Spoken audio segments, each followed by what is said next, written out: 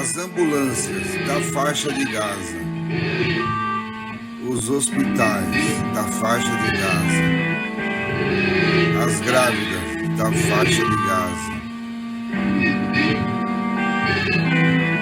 O que fazer? O que dizer sobre a faixa de Gaza?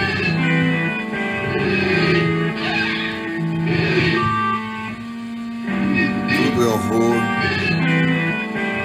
tudo é grito, tudo é desespero na faixa de Gaza. A sirene da ambulância, um grito a mais. A bomba serpenteia, chicoteia. Não brinca na faixa de Gaza. A dor à flor da pele na faixa de Gaza. O horror.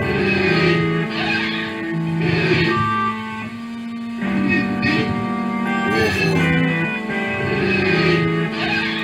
O horror.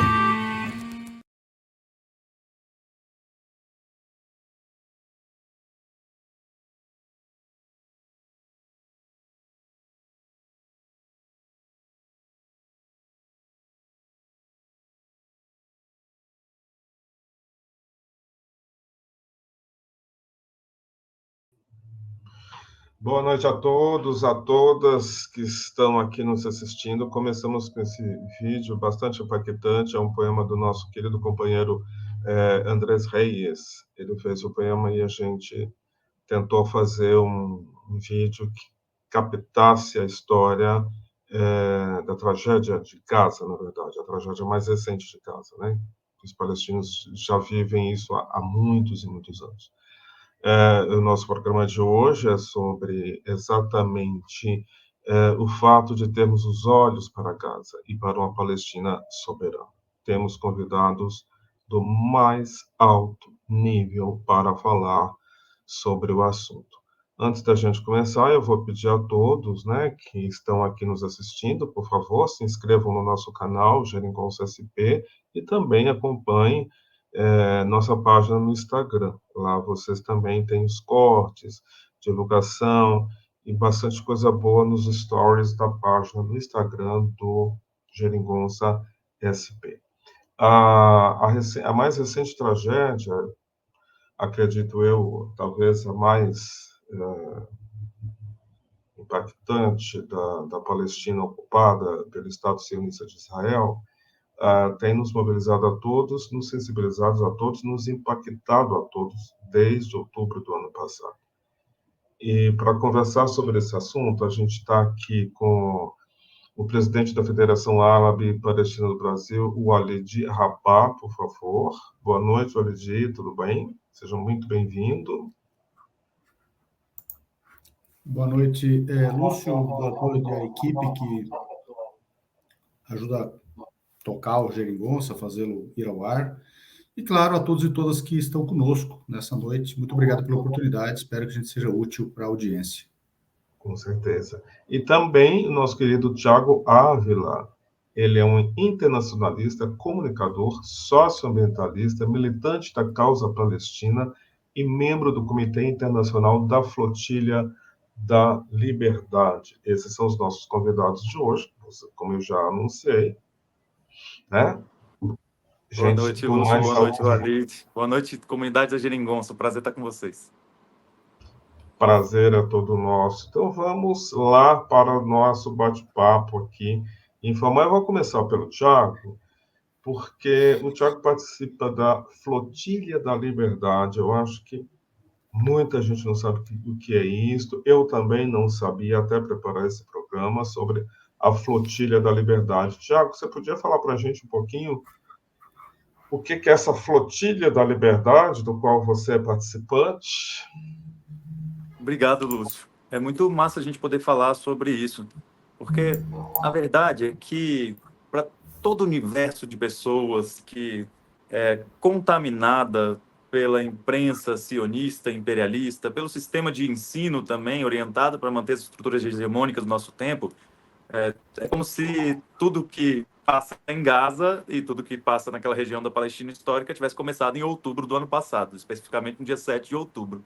Sendo que, na verdade, Gaza, por exemplo, está sob cerco total desde 2007, que começa com um processo ali de uma agressão super intensa. Primeira evacuação em 2005 das colônias de Gaza, porque Gaza, assim como a Cisjordânia, vivia sob ocupação militar desde 1967 na Guerra dos Seis Dias. Então, em 2005 tem a evacuação das colônias ali no período já nos finais ali da segunda intifada, não por benevolência da entidade sionista, mas porque aquilo era ingerenciável, você manter colônias de uma dinâmica de tentativa de limpeza étnica, genocídio, um estado de apartheid colonial, de uma ideologia racista supremacista, no meio de Gaza, que naquele momento o povo obviamente não aceitava aquilo. Então, a entidade sionista retirou os colonos de Gaza, sionistas, mas com um plano muito pior. Em 2006, invade o Líbano, comete mais um novo massacre contra o povo palestino, e em 2007 consolida o cerco. Esse cerco, além de ser um crime de guerra, em violação de diversos acordos internacionais e de diversas resoluções da ONU, seja da Assembleia Geral e mais recentemente até do Conselho de Segurança da ONU, ele traz uma perspectiva extremamente cruel, né, Lúcio? A gente está falando de um lugar, uma região no mundo de 365 km² que está há 17 anos sob cerco e que mantém todas as estruturas aberrantes ali de fome, de subnutrição, de água contaminada, 97% da água contaminada, de estrangulamento econômico, político, cultural de toda a espécie. Então, a Flotilha da Liberdade, ela surge, primeiro, ainda sem esse nome, mas com barcos organizados majoritariamente pelo movimento de libertação e solidariedade com a Palestina nos Estados Unidos e Europa, para ir em 2008 tentar romper o cerco ilegal contra Gaza. As primeiras 5 missões conseguem chegar em Gaza e conseguem lá fazer as denúncias e levar ajuda humanitária e conseguem, enfim, fazer um processo de solidariedade mais ativa, numa ação direta não violenta, que caracteriza a Flotilha da Liberdade também. E todas as seguintes foram atacadas. Em 2010, a maior flotilha mesmo, com 7 barcos, com pessoas de mais de 40 países, com mais de 10 mil toneladas de ajuda humanitária, foi atacada em águas internacionais pela entidade sionista, por Israel, e assassinaram 10 pessoas, né? E isso chocou o mundo, mas chocou o mundo por poucos dias até que essa notícia desaparecesse, como todos os demais massacres que acontecem com muito mais intensidade contra o povo palestino, que o Walid é muito melhor do que eu para falar. Então, as Flotilhas da Liberdade acontecem desde 2008, sem parar, todos os anos. Na pandemia teve mais dificuldades, e agora, com a escalada do genocídio em outubro do ano passado, a flotilha, além da missão que já tinha organizada para esse ano, que era um barco chamado Handala, que saía da Noruega e ia passando em países europeus, em cidades litorâneas, mobilizando até que chegasse em Gaza no meio do ano, que isso ainda vai acontecer, a gente criou uma missão internacional, com 3 grandes barcos, 5.500 toneladas de alimentos e medicamentos, mais de 1.000 pessoas de mais de 30 países. E estamos mobilizando para tentar romper o cerco de Gaza, Lúcio. E a gente já teria saído em abril e estávamos lá em Istambul, mobilizados. Dessa vez foi em Istambul, outros momentos saiu do Chipre, outros momentos saiu da Grécia, mas não conseguimos sair. Primeiro por pressão do governo da Alemanha, o presidente da Alemanha foi para a Turquia pressionar para que o governo não permitisse a nossa saída. Uma assessora do Departamento de Estado da Divisão de Contra-Terrorismo dos Estados Unidos foi à Turquia para tentar impedir que a gente saísse, pressionando via OTAN, a Turquia. E Israel, tanto fazendo terrorismo psicológico, falando da tropa de elite que ia nos atacar, com canhões de luz que cegam, canhões de som que estouram os tímpanos, drones com inteligência artificial para ataque, e, além disso, pressionou os países que cediam as bandeiras para os barcos navegarem em águas internacionais. E, ao pressionar o país de Guiné-Bissau, que eram 2 das bandeiras que a gente tinha, impediu o nosso embarque dessa vez, mas nós voltamos, então não dava para manter 1.000 pessoas de mais de 30 países em Istambul, então voltamos para os nossos países com a tarefa de mobilizar uma delegação ainda maior, que já era muito representativa, que tinha o neto do Nelson Mandela, que tinha ex-generais dos Estados Unidos que abriram mão das suas funções quando os Estados Unidos invadiu o Iraque, que tinha a ex-prefeita de Barcelona, que tinha parlamentares de vários lugares do mundo, comunicadores. Então, estamos cumprindo uma pequena tarefa de uma ação direta não violenta para colaborar, ecoar as vozes do povo palestino e fazer uma ação que nem se compara, né, nem uma pequena fração do grau de coragem e resistência extraordinária que o povo palestino tem, não se compara aos perigos que o povo palestino passa em Gaza, ao sofrimento que o povo palestino passa em Gaza, mas é uma contribuição entre várias, numa diversidade de táticas do mundo inteiro tentando deter um genocídio. Essa é a Flotilha da Liberdade, que se complementa com todas as demais ações, não é mais importante que as demais, é justamente algo que vem para agregar. Tiago, nossa, bom demais saber disso. Tem muito brasileiro na flotilha? A gente, na saída da missão emergencial para abril, estava indo eu, saindo do Brasil, a partir de um convite da comunidade árabe e todo um apoio de vaquinha, de financiamento mesmo, para eu ir fazer parte, documentar essa experiência. E a gente já tinha um brasileiro que não mora no Brasil, mora na Irlanda, mas que é o nosso coordenador de mídia internacional, que é o Felipe. Então, tinham 2 pessoas do Brasil e agora nós vamos ter muito mais, felizmente. Vamos fazer bonito. As pessoas têm muita fé no Brasil, viu, Lúcio? Que bom saber dessa história da flotilha. Eu conheci muito pouco. O Alid, boa noite. Vamos começar agora com o Alid. O Alid, eu fiquei aqui pesquisando um pouquinho sobre a FEPAL, a Federação Palestina Árabe do Brasil, e lá na página de vocês têm na OLP, né, o representante legítimo. Como é que ficou agora com o Hamas à frente, diante dessa tragédia? Como é que vocês estão se posicionando aí com esses 2 outros grupos, né, lá como representantes legítimos do povo palestino? E aproveita e fala um pouquinho meu cachorro, de novo. Ele adora aparecer, exibido. Fala um pouquinho para a gente da FEPAL. Eu sei que ela nasceu em 79, né? Boa noite, aproveito agora que o Tiago está na tela para cumprimentá-lo também. Tá aí boa madrugada, né? Porque onde ele está agora já passa bem da meia-noite. E começar dizendo que a solidariedade, a flotilha é um movimento de solidariedade e outros mais que estão acontecendo pelo mundo. Talvez, ainda será medido, né, o maior movimento de solidariedade de todos os tempos, claro, todo ele voluntário, todo ele espontâneo, com, claro, algumas verticalidades, quando tem organizações gerais chamando, quando tem partidos, mas, grosso modo, a maior parte dele de voluntários e um movimento bastante espontâneo. Então, isso é muito importante, a flotilha expressa isso. O Tiago, como comunicador internacionalista, expressa isso, claro, muitos outros, e isso é muito importante. E disso derivam alguns movimentos muito curiosos. Hoje mesmo, talvez poucas pessoas deem o valor dessa notícia, mas o governo suíço anunciou que se o Tribunal Penal Internacional emitir a ordem de prisão, decretar a ordem de prisão de Netanyahu, primeiro-ministro desse genocídio, e seu ministro da Guerra, Yoav Gallant, a Suíça cumprirá esse mandato. É bom lembrar que a Suíça é o país que cedeu a cidade, Basileia, para o primeiro congresso sionista em 1897, do qual deriva toda essa tragédia e esse genocídio sucessivo, porque ele é continuado, na Palestina. Então, eu quero registrar esse feito. É pouco provável que alguém imaginasse que a Suíça adotaria essa posição a priori. Ela não está diante da decisão do decreto de prisão, ela está diante da hipótese e ainda assim assume que a cumprirá. Isso é um feito muito importante. Nós estamos falando de um país que é uma espécie de país-banco, né? E tem essa história toda.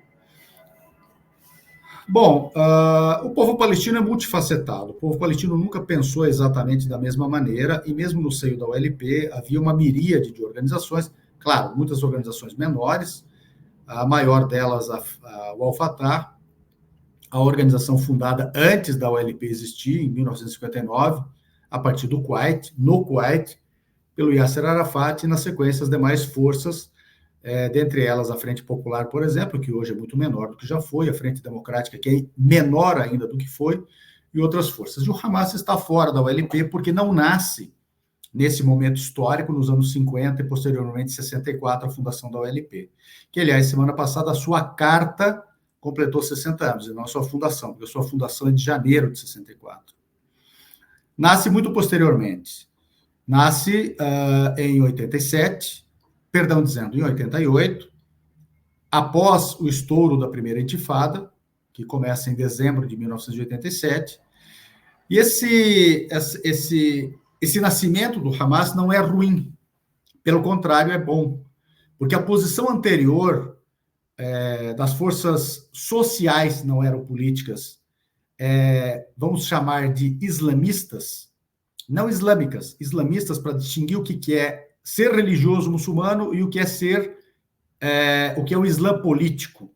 Então, essas forças se recusavam a participar do movimento nacional palestino, razão pelo qual eram encaradas por muitos e acusadas de serem úteis à ocupação. E por que se recusavam a isso, Lúcio e Tiago? Porque acreditavam que os movimentos nacionais, fosse de libertação ou qualquer outro, implicavam em uma ofensa à ideia, na cabeça deles, né? A ideia de uma grande comunidade dos crentes, a Umma. Então, a grande comunidade dos crentes, ela ficaria prejudicada e seria desafiada com estados nacionais, com fronteiras nacionais. Então, quando surge essa inflexão da Irmandade Muçulmana, vamos assim chamar, porque era uma rama da Irmandade Muçulmana, egípcia mais especialmente, e passa a integrar o tecido político de resistência palestina, há uma inflexão positiva. Mas há desdobramentos atualmente que são nefastos, na nossa opinião. Por exemplo, a divisão territorial, consequentemente, a divisão demográfica palestina, a divisão política, a divisão social, a divisão de resistência, e os palestinos dando munição para o adversário ao não se comportarem como um corpo único para constituir um Estado, afinal de contas, um Estado tem que ser único, bem como não reagiram de um modo unificado frente ao adversário maior ou inimigo existencial dos palestinos, está provando que é o sionismo Israel. Bom, e a OLP, o que é? A OLP é uma organização guarda-chuva que fez nascer, dentre outras coisas, no mundo inteiro, as chamadas organizações de massa nas diásporas. A FEPAL é uma delas. Tudo isso foi fomentado pela OLP nos anos 60 e 70, e a FEPAL daí nasce nesse bojo, e nasce em 79 a partir de uma reunião de lideranças em Brasília. E em 80 realiza o seu primeiro congresso. Agora nós estaremos realizando o 11º congresso, e os congressos têm, além do mais, a tarefa de eleger novas direções. E a nossa direção será a 11ª, direção da FEPAL, será eleita nos dias de 20 a 22 de setembro em São Paulo. Estão já todos convidados, receberão convites especiais, o Tiago já estava numa relação prévia de convites especiais, e claro que o Geringonça vai ser convidado e tudo mais. Então, grosso modo, nós nos comportamos como uma entidade geral ligada ao LP, acreditamos que não há necessariamente uma voz única entre os palestinos, há divergências, e a FEPAL propriamente se comporta também como uma entidade geral e que, portanto, não assume necessariamente uma feição ideológica ou visão de mundo ou partidária, representa a totalidade dos palestinos. Lá não somos nós que representamos, mas sim a diáspora, e a diáspora aqui também é multifacetada. Há pessoas progressistas e não, há pessoas religiosas e não, e há pessoas muçulmanas e há pessoas não muçulmanas, por exemplo, uma grande comunidade palestina cristã. Por fim, a FEPAL, bem como qualquer movimento de libertação nacional, não persegue o homem ou a mulher ideal. Ou seja, nós não perseguimos, não estamos numa busca do palestino ideal. Estamos na busca da libertação palestina para todos os palestinos, com as suas virtudes e os seus pecados. Nossa, depois dessa aula maravilhosa, eu adorei a sua fala, porque ela traz para toda a nossa audiência, e para mim em especial, essa particularidade do povo palestino, né? Multifacetado, diverso, que não é convergente em todos os momentos. E que, infelizmente, nesse momento mais duro, isso pode acabar provocando reveses, né? Só uma curiosidade, Walid, a morte do Yasser Arafat enfraqueceu a OLP? Você acha que teve um enfraquecimento? A OLP já foi mais presente, né, anos atrás. A sensação que me dá é que com a morte dele parece que o LP deu uma enfraquecida, ou eu estou enganado na minha impressão? A OLP, o Clóvis Rossi, falecido, que em paz descanse, o Arafat foi o último grande líder anti-hegemônico. Aliás, o último foi o Mandela, ele foi o penúltimo a deixar esse mundo. E quando ele estava em Davos, numa ocasião, o Clóvis Rossi estava cobrindo e ele disse que de repente começou um corre-corre e ele não sabia o que exatamente estava acontecendo. Daí ele foi e quem estava entrando no fórum era o Arafat. E daí ele descrevendo todos aqueles homens, alguns donos de PIBs maiores do que dos países, e que achavam que o Arafat era terrorista, e que achavam que o OLP era terrorista, e que achavam que os países estavam lá se acotovelando para ver aquele sujeito com a cufia, baixo, andando meio curvado, e aí ele escreve que o Arafat era o último homem que não era de papel, o último homem não cinza. Então, digamos, porque a África do Sul tinha cumprido a sua luta já anti-apartheid. Então, o último povo que tinha ainda um líder que lutava uma luta de libertação nacional, o último, era o Yasser Arafat, como produto do movimento anticolonial do século anterior, como produto dos não alinhados do século anterior, como produto das grandes lutas de libertação nacional do século anterior, como um sujeito que, além do mais, conseguia ser, dentre os grandes líderes, um sujeito mais importante do que de outros países que conseguiram a libertação nacional, mesmo sendo líder de um país muito pequeno, de um povo muito pequeno e de não ter uma máquina estatal na mão. Então, Arafat foi essa figura. Agora, é claro que, como é que eu posso dizer, a OLP não, ou o movimento palestino, não sofre apenas pela ausência do Arafat, sofreu pela ausência dele. Claro, um grande líder sempre faz a diferença. Mas, com o desarranjo da União Soviética, o mundo unipolar da hiperpotência, e não das superpotências, Estados Unidos, o desarranjo do movimento anti-hegemônico, a invasão do Iraque, logo depois da queda da União Soviética, logo depois a guerra da OTAN contra um país na própria Europa, a Iugoslávia. Tudo isso levou a uma série de eventos, dentre eles as conversações multilaterais de Madrid em 91, quando os Estados Unidos querem rearranjar o mundo sob uma nova Pax Romana. E um detalhe, Lúcio, que muita gente esquece. O fim do apartheid na Palestina e o fim do apartheid na África do Sul começam exatamente no mesmo ano. Um se conclui e o outro não se conclui. O que não se conclui é o palestino por uma razão muito simples. Embora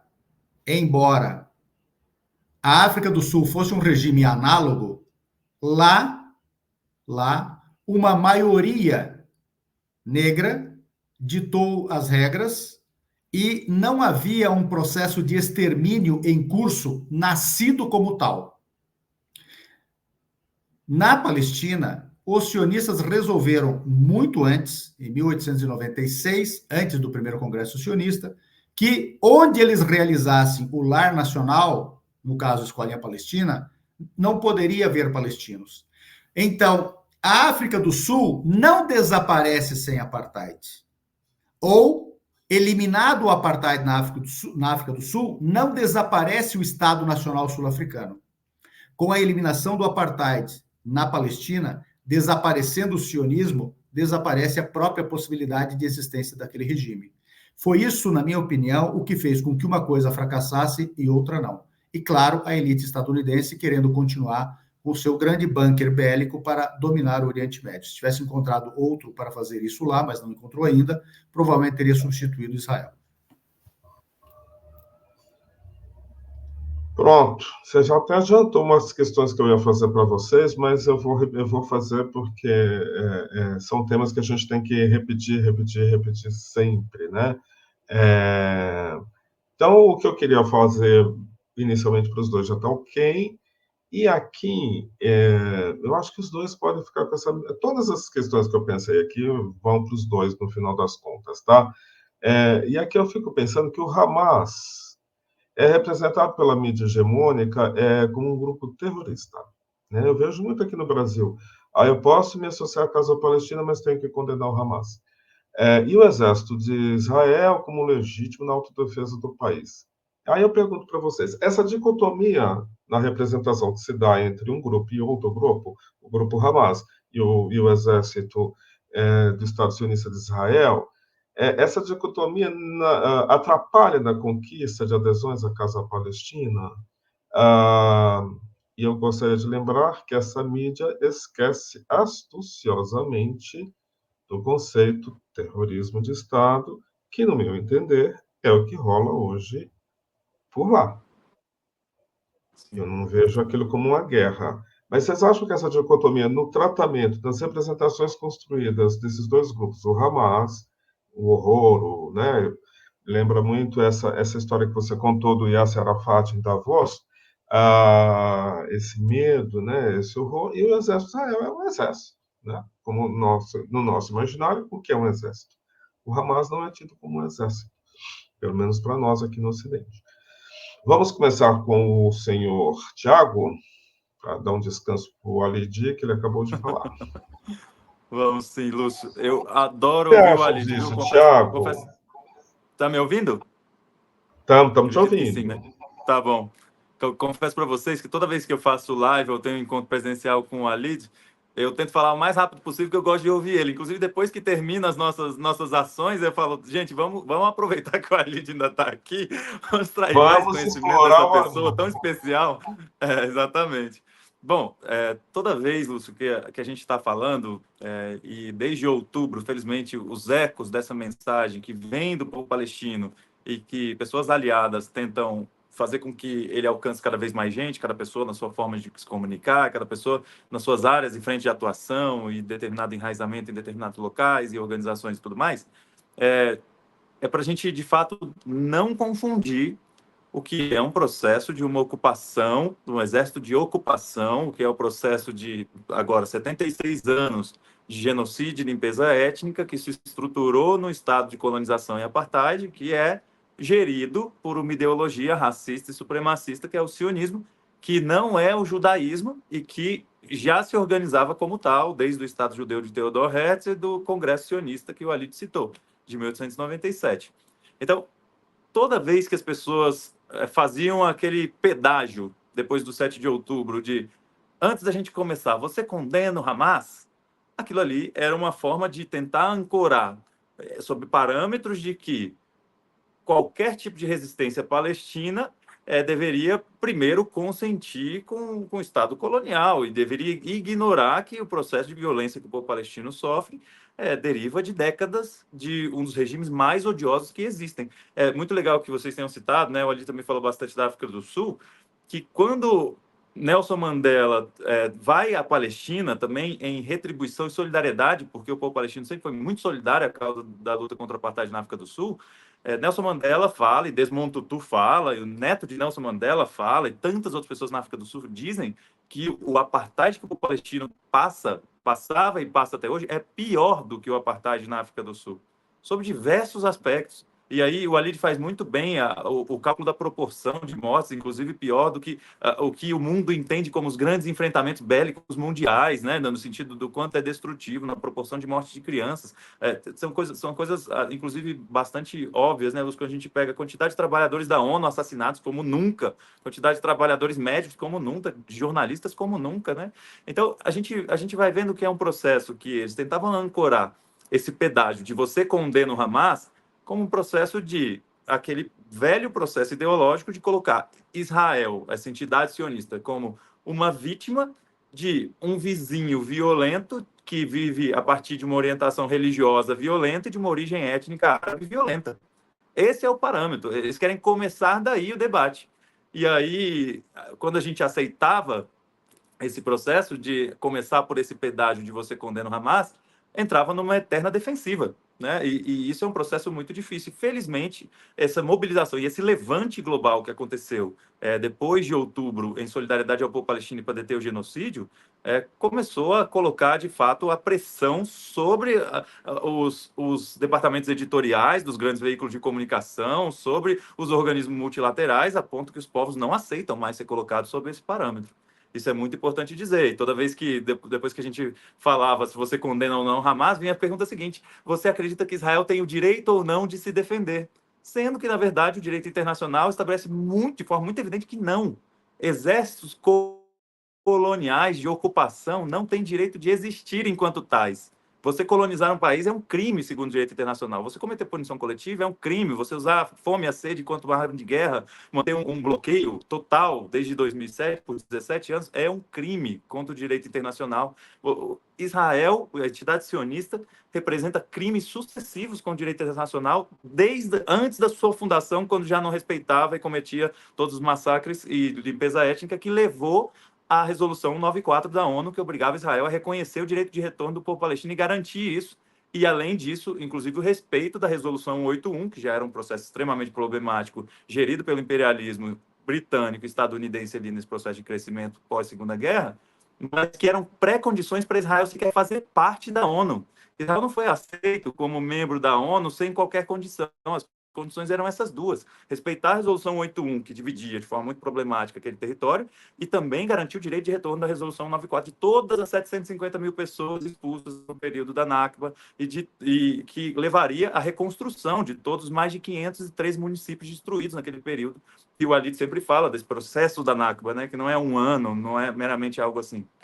Então, quando a gente coloca nesses termos, a gente de fato está colocando o povo palestino como um povo, em qualquer história de luta de libertação, como um povo que tem o direito de utilizar qualquer tática para buscar a sua libertação. E o Estado de Israel, a entidade sionista, é um exército de ocupação que, por ser tal e por praticar colonização, não tem o direito de defesa.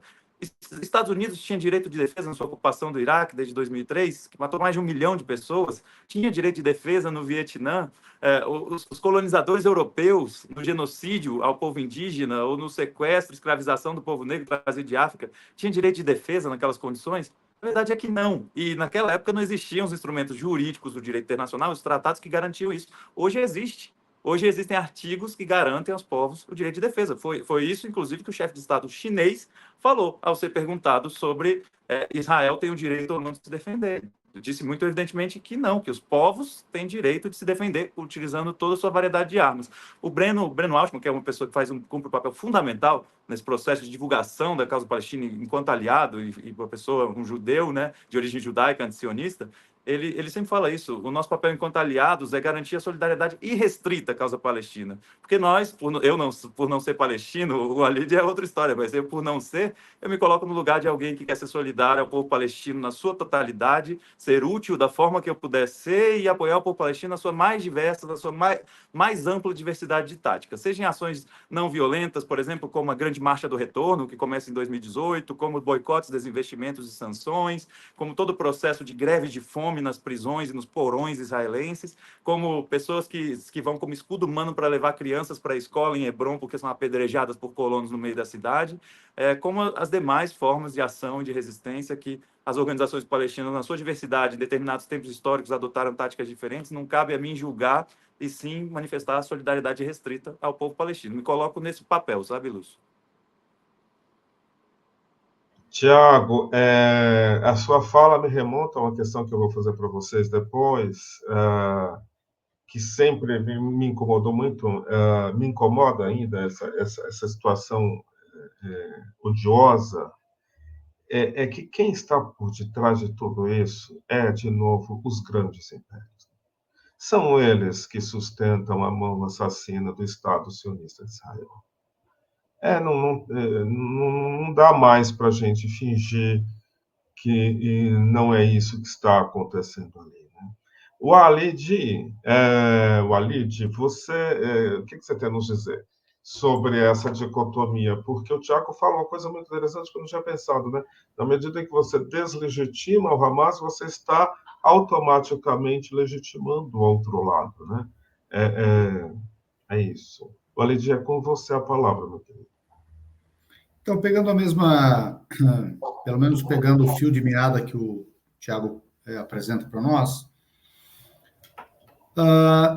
não é uma novidade de que o mundo foi dividido pelo Ocidente, ou pelo que se autoproclama Ocidente, como pessoas que têm direitos humanos, e, portanto, todas as possibilidades que um ser humano tem, inclusive de se defender, e uma outra parte do mundo não tem. Essa outra parte do mundo que não tem é tudo aquilo que não é a Europa Ocidental, expandida para os Estados Unidos, Canadá, e Austrália e Nova Zelândia. Grosso modo é isso. E o que é o Ocidente? De vez em quando a Malásia está no Ocidente. Dependendo de como a Bolívia está, se ela está trabalhando para continuar o país mais pobre do mundo, é o Ocidente.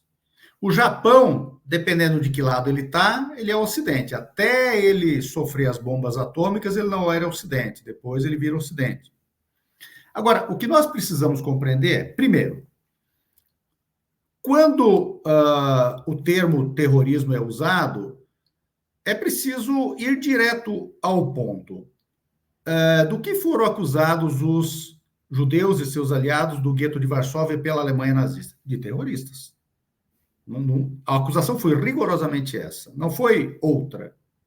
Não foi outra. Todos aqueles que nos países invadidos pela Alemanha reagiram, os partisãs e todos os demais, houve uma única e fundamental acusação a eles, de terrorismo, pelos nazistas. Também, neste caso. Todos aqueles que empreenderam luta anticolonial, países, os grupos, armados ou não, foram acusados de terrorismo. Na Argélia, em Uganda, Moçambique e Angola, no Vietnã, e assim vai. Então, essa acusação não é nova. O Mandela só saiu da lista de terroristas dos Estados Unidos no final do governo Obama, que, salvo o melhor juízo, não era amarelo. Veja só, portanto, como é que são as coisas, né? Agora, o fundamental, para quem está empreendendo essa luta anticolonial, essa luta de libertação palestina, ou sendo solidário, o que é muito importante, é não cair no dois-ladismos, não cair no discurso piegas. É adotar a estratégia do Maluf. Eu quero falar de melancia. E pergunta de abóbora, eu vou falar de melancia. E acabou. Não tem esse papo furado do cara me perguntar, é mais. Não existe é mais. Existe um genocídio, existe um regime de apartheid, existe um regime ocupacionista, colonial, supremacista judaico, baseado na limpeza étnica e, portanto, no extermínio, e, portanto, esta faceta agora do genocídio visa a isso. Não há que se perder tempo. Você aqui é todo cheio de verniz, mas quer saber do Hamas. Por quê? Porque eles oprimem a mulher, não sei o que lá. Ok, tudo bem. E o teu Edir Macedo aqui? E o teu não sei o que lá aqui? Quer dizer, isso é o Ocidente. A outra coisa que eu acho importante, que eu acho que é o complemento do dois-ladismos, é o seguinte. O único regime colonial tolerado, e de apartheid tolerado, e de genocídio tolerado, pelo menos por enquanto, é Israel, por uma razão muito simples. Israel se autoproclamou, se autodiz, se autoapresenta, é vendido desta maneira e comprado desta maneira por ser Ocidente. O que é o Ocidente, afinal de contas? Além dessas métricas, o Japão pode ser ou pode não ser. Todos os genocídios são ocidentais. Todos. Pelo menos desde o momento que mais ou menos se define o que é genocídio. As duas guerras do ópio são ocidentais. As bombas atômicas são ocidentais. O apartheid é ocidental. A escravidão é ocidental. O genocídio ameríndio é ocidental. O colonialismo é ocidental. Os genocídios de Ruanda, do Congo e a matança de gente para ter farinha a mais para os britânicos, perto de 40 milhões na Índia. Tudo isso é ocidental. A Primeira Guerra Mundial é ocidental. A Segunda Guerra Mundial é ocidental. Hitler é ocidental, europeu, branco e autoproclamado cristão. Mussolini, a mesma coisa. Os campos de extermínio, de concentração e de extermínio são ocidentais. Auschwitz é ocidental. As câmaras de gás são ocidentais.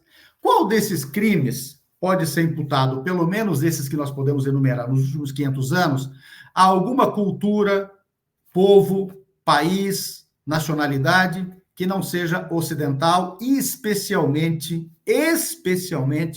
ocidental? Especialmente o núcleo duro do que se chama de civilização ocidental. França, Inglaterra, Alemanha, Itália e alguns pigmeus que, com todo respeito aos pigmeus, estou usando inadequadamente, que se fizeram países. Holanda, Bélgica, essas quermesses com PIB roubado do resto do mundo. Né? Então, essa é uma discussão fundamental. E, por fim, o Tiago, uma vez eu conversei com ele sobre isso, não sei se agora ele mudou de opinião ou não, mas a minha opinião era diversa. Eu defendo que não se sente com os sionistas. O dia, esse papo de debater a Palestina, daí chama um genocida para debater a Palestina. Veja, quando esse bando de incultos e genocidas sentarem com um nazista para discutir a Segunda Guerra Mundial, porque tem que ter um nazista, ok. Quando esse bando de picaretas sentarem com alguém para discutir a escravidão, que seja descendente de algum dono de engenho reclamando da Lei Áurea, tudo bem. Quando for para discutir o apartheid e quiser chamar um neto do Frederick de Klerk ou do Pic, bota, ok. Agora, enquanto isso não for feito, eu não consigo entender por que o povo palestino, sob genocídio, sob extermínio, sob limpeza étnica, sob regime de apartheid, tem que chamar o Netanyahu para debater. O lugar do Netanyahu é na cadeia. Apartheid não se debate, se combate. Então, acho que essas coisas melhor circunstanciadas, e não em tom acusatório, mas em tom de...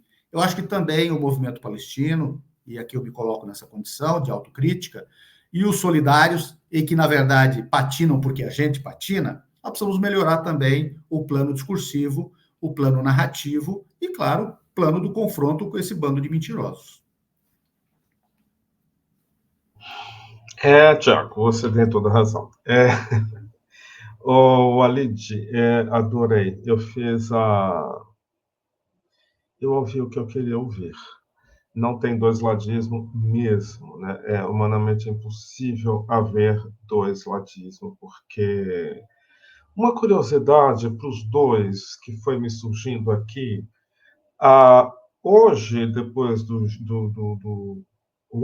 mais recente genocídio perpetrado pelo Estado de Israel, fala-se muito, né, diferenciando o sionismo do judaísmo.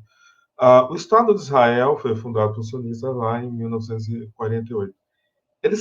Todos os governos foram sionistas. O Estado de Israel nunca, em nenhum momento da sua história, não houve sionista. É um Estado perenemente sionista desde a sua fundação. Isso é muito Queria esclarecer essa dúvida que me surgiu que depois quem faz os cortes desse nosso encontro sou eu. Eu já estou com os cortes todos aqui na minha cabeça, inclusive. E me surgiu essa coisa, porque agora tem muito demarcado, essa questão do sionismo, porque ficava muito...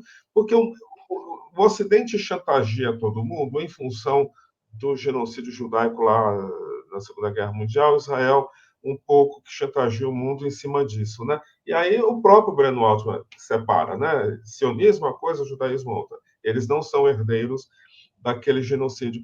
Me vem essa curiosidade, o Estado de Israel sempre foi sionista, sabe? Pensando lá em Golda Meir, aquele povo lá de trás, o Ben Gurion, o fundador do Estado. Você pode esclarecer isso um pouquinho para a gente, por favor? Quem quer falar sobre? O Walid? Tiago? Eu acho que eu posso começar, porque o Walid sempre traz muito mais densidade que eu, gente. Então, eu canto a bola da introdução aqui, o Walid vai lá e faz o gol. Olha, isso não estava no roteiro, não estava no roteiro meu, tá, gente? Foi uma curiosidade legítima. O que eu me sinto à vontade para contribuir, Lúcio, nesse processo, é que a experiência da entidade sionista que se caracteriza enquanto Estado e é reconhecido pelo Ocidente enquanto Estado, ela surge muito antes do Estado de Israel, surgiu o sionismo, né? A gente poderia falar lá de... Rabinos anti-sionistas falam de 130 anos do surgimento dele, né? A gente caracteriza muito mais da escrita de Theodor Herzl do Estado Judeu e do Congresso Sionista de Basel, né? Que o Walid citou. Só que, além disso, né? Quando o Walid fala que ele já nasce com essa vocação colonial e no sentido ocidental, isso está não só no Congresso, mas está no próprio livro do Theodor Herzl. Aquele livro é uma das coisas... O Walid fala que é o Mein Kampf do sionismo, né? E porque, de fato, quando a gente olha o que o Theodor Herzl fala lá, de que caso seja a consolidação desse processo da instituição do Estado Judeu na região da Palestina, porque lá mesmo ele considerava ainda a Argentina, e o movimento sionista considerava Uganda, considerava Quênia e vários outros lugares, né? Caso seja na Palestina e a negociação não seja a partir do Império Otomano, a partir de negociações de dívida, de abatimento de dívidas, né, com o Ocidente, com as potências coloniais daquele período, caso seja a partir do Império Britânico, o Estado, esse experimento do Estado judeu serviria como um bastião contra a Ásia. E é super importante a gente tratar isso, de que o sionismo, portanto, ele é a característica fundamental desse experimento colonial europeu que é o Estado de Israel. E isso está presente enquanto política de Estado, não é política de governo. A gente sabe que isso antecipa a gente um problema, Luz, porque de fato, eu concordo com o Ilan Pappé quando ele fala que o sionismo está nos seus dias finais, não sem luta e não vai morrer de morte morrida, precisa morrer de morte matada, essa ideologia racista e supremacista. Porque, no fim das contas, a gente está vendo que as mentiras deles não acessam mais, não tem mais terreno fértil nas maiorias sociais do mundo que são pró-Palestina hoje, embora os estados nacionais ainda tenham muita dificuldade de acompanhar esse ritmo dos povos do mundo, né? Agora, quando a gente vê a formação da estrutura do Estado de Israel, não só é sionista, como vem a partir das organizações terroristas. O Partido Trabalhista é fundado sob a base da organização terrorista Haganah. E os trabalhistas, que foram a maior parte dos governos desde a fundação do Estado de Israel, que são tratados como menos genocidas, o Breno Altman usa uma caracterização que eu concordo muito, que ele fala que são sionistas mais pacientes, colonialistas mais pacientes, e que o colonialismo em si tem a tendência ao genocídio, porque o povo não aceita a limpeza étnica, então a forma de consolidar a limpeza étnica é a partir do genocídio. E então, os trabalhistas nascem a partir do Haganah. Só para lembrar, o período do Shimon Peres, né?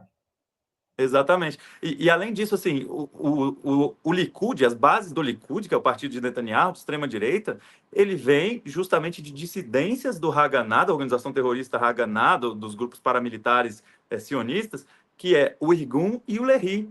O Irgun e o Lehi são o Irgun muito caracterizado por ter realizado atentados terroristas terríveis naquela região.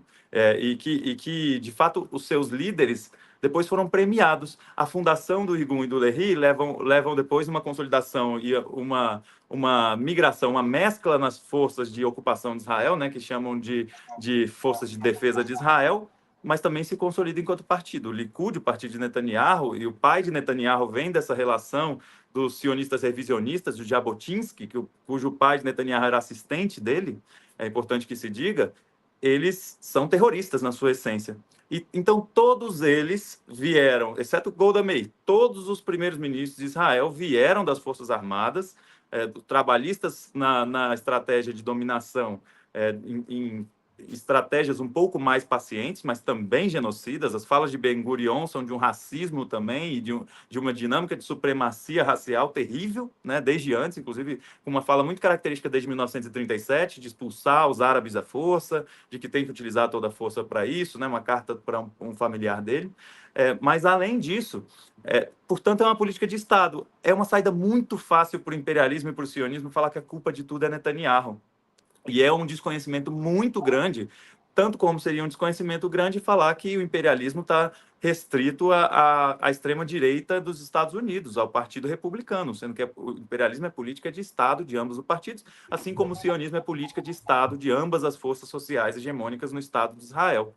Então, eu colocaria dessa forma, nesse sentido, de que o problema não é Netanyahu. A gente sabe que Netanyahu, a gente sabe que Ariel Sharon cumpre papel mais destacados na violência, na crueldade, mas outros têm estratégias um pouco mais elaboradas, capacidade de gerenciamento de crise e relações públicas um pouquinho, que a gente considera um pouco mais eficazes, mas são genocidas da mesma forma, são colonialistas, racistas, supremacistas, por igual. Portanto, nós não podemos aceitar uma tentativa de descarte, por exemplo, meramente de Netanyahu e Yoav Gallant, como se fosse solucionar a questão. A verdade é que esse Estado como um todo precisa ser desconstruído da forma como ele é, senão não tem solução mesmo. Eu busco sempre atender ao chamado que palestinos sempre me fizeram desde a primeira vez que eu estive lá, de falar, olha, nós precisamos acabar com a ocupação militar, e acabando com a ocupação militar, nós precisamos acabar com o colonialismo nessa região, descolonizar a Palestina histórica das mais variadas formas.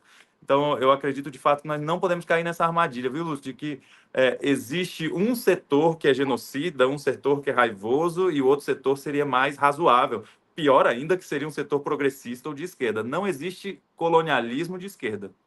Terminaria por aí. Walid, o DNA do Estado de Israel é todo ele sionista. É isso mesmo? Então, acho que o Tiago trouxe uma parte da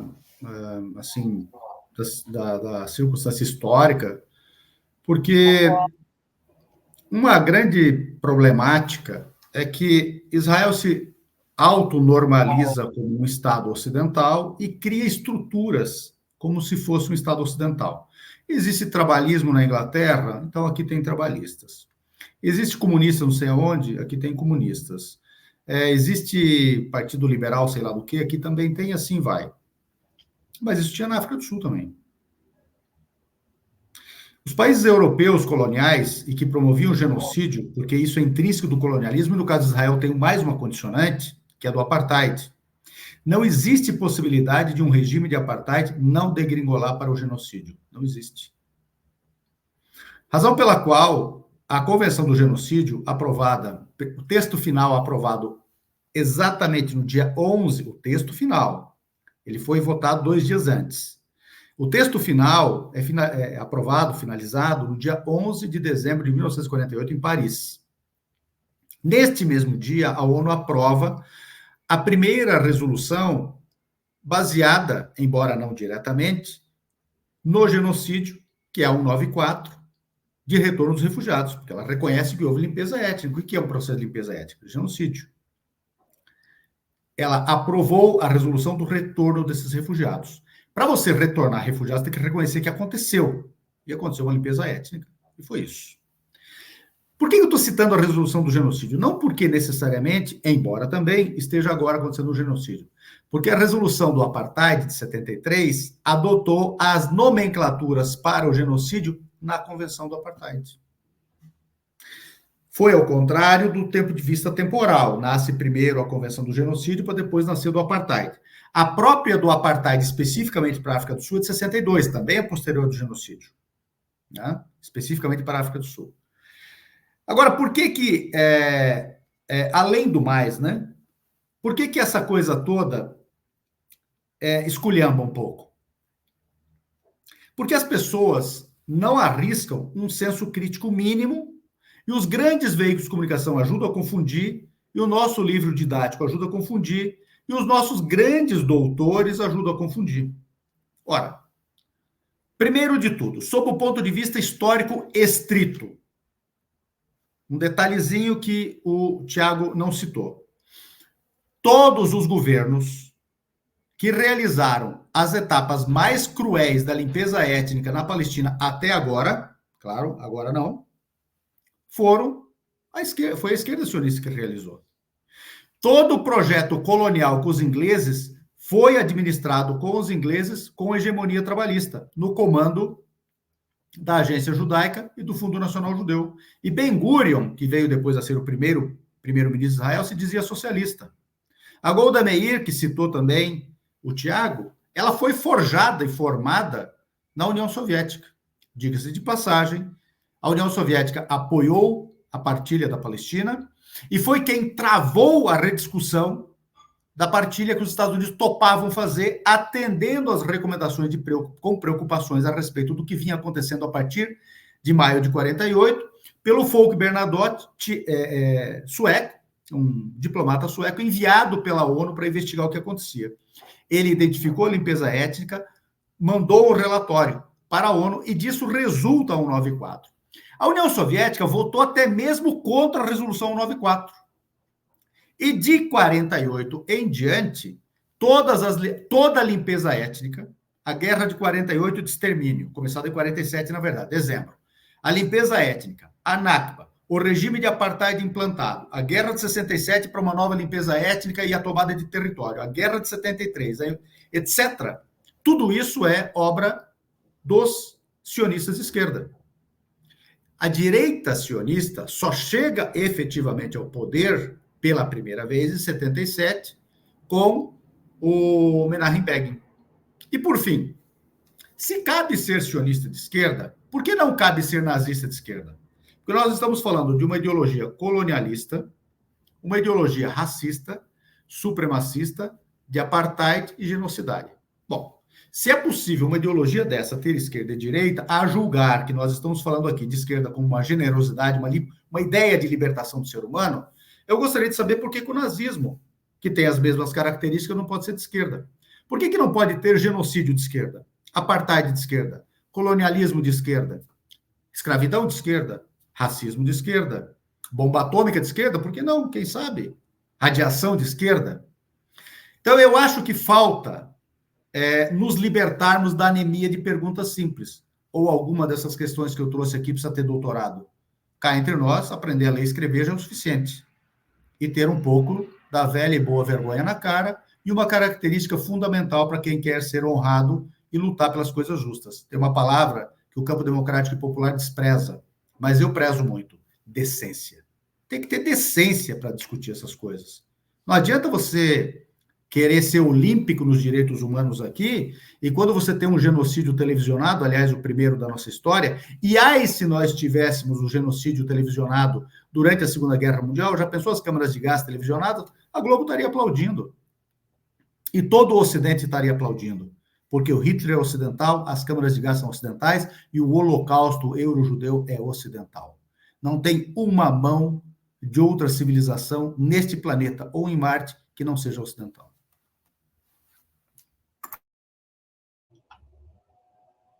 Acabou o programa? Não, não acabou o programa, não. Olha, eu queria que muitos jornalistas assistissem essa sua fala nesse exato momento, Alide. Decência é o que falta na mídia ocidental, não só na nossa, né? Na mídia ocidental, falta decência. Bom, eu tinha saído do meu roteiro aqui, mas vamos tentar voltar a ele, né? Eu tenho uma aqui, mas eu nem sei se é uma pergunta ou se é uma resposta, mas eu vou passar para a terceira, porque eu acho que a gente está num caminho e que praticamente já está até respondida, né? O Alide, Thiago, com a inclusão desse mais recente genocídio perpetrado pelo Estado de Israel, eu acabei me enfronhando, eu que sou historiador, sabia nada sobre essa questão. E você, os dois, e o Breno Altman, são os responsáveis pela minha recente alfabetização. Mas, assim, a Palestina, a Palestina não, a questão palestina foi um problema criado ali em 48 pelos impérios para manter uma certa hegemonia no Oriente Médio, né? O Estado de Israel, né, a gente já pode afirmar, é uma excrescência criada por aqueles impérios com o braço do sionismo, né? E agora, diante dessa tragédia terrível que assola o povo palestino, me fica uma crise existencial muito grande e profunda, né? ONU não serve para nada, Tribunal de Jai não serve para nada, enfim, a gente sabe muito bem que essas organizações estão bastante com um nome bastante complicado aí na praça. Aí eu pergunto para vocês, o que está por detrás do Estado sionista de Israel e desse mais recente são esses impérios. A mão dos Estados Unidos, da Inglaterra e da França está lá. As DNAs deles estão lá, como o Walid repetiu ao longo, bateu muito na tecla, né? Todos esses crimes são ocidentais. A América Latina não cometeu crime nenhum, com outros povos, né? A África menos ainda, enfim, todos esses crimes são ocidentais, inclusive os cometidos por Israel, porque faz parte desse Ocidente que o Walid ressaltou o tempo inteiro. Eu quero que... Como é que faz? Os palestinos desarmados, praticamente, o que nós vemos é um assassinato em massa de mulheres, crianças, idosos, desarmados, por um Estado genocida, racista, muitíssimo bem armado pelo Império, provocando aquilo. A luta do povo palestino, e eu conversava com o Tiago nos bastidores, a luta do povo palestino, portanto, não é somente contra o Estado sionista de Israel. Não existe uma grande potência a apoiar o povo palestino, que seria o caso de Rússia e China, mas eles estão... Né, a Rússia está lá atolada na Ucrânia, não vai ter como efetivamente estar ali no meio daquela confusão. Como é que a gente faz? Como é que vamos ter esperança no fim desse Estado sionista de Israel? E aí eu quero completar uma outra pergunta que eu já nem tinha colocado. Vocês acham que é possível ainda a solução de 2 estados depois disso tudo?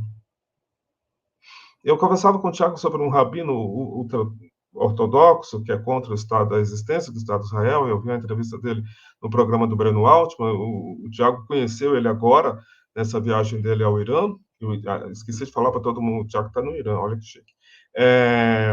Então, assim, como é que está? Está o povo palestino desarmado. Eu vejo aquelas imagens que a gente mostrou no início, é desesperador. Como é que você vai... Como é que a gente pode ter esperança nisso? É um debate meu, mas eu pergunto, tem chance? É uma guerra, o povo palestino luta não somente contra o Estado de Israel, mas também contra o Ocidente, muito bem delimitado aí pelo Walid, e a solução de 2 estados. É um desabafo meu. O Walid, você topa começar, meu irmão? Ele acabou de falar, eu tinha que descansar. Pode ser. Bom, Tiago, Lúcio e todas que estão conosco. A ideia original apresentada pelo lado palestino, lá em 1947, foi a ideia de um Estado único e todas as pessoas que estivessem ali vivessem com suas fés religiosas, com suas propriedades, com suas potencialidades. Essa ideia foi recusada pelo lado sionista, pelo lado inglês e por um conjunto de países que, naquele momento, somaram 35 e votaram por partilhar a Palestina. O que pouca gente sabe, claro, hoje em dia mais gente está sabendo, porque o debate está aí, né? É que a partilha foi extremamente injusta, e mais do que as pessoas pensam. Para o lado palestino, que tinha, no mínimo, 70% da população, quer dizer, a definição era a população não judaica, e detinha 94,13% do território, foi destinado apenas 42,9% da sua própria terra para um futuro hipotético Estado.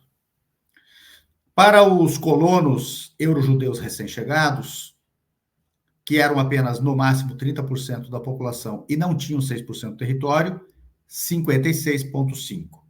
E uma parte, 0,6%, área internacionalizada, basicamente de Jerusalém, a ser administrada pela ONU em nome da comunidade internacional. Essa era uma ideia de 2 estados. Quem não aceitou? Os sionistas.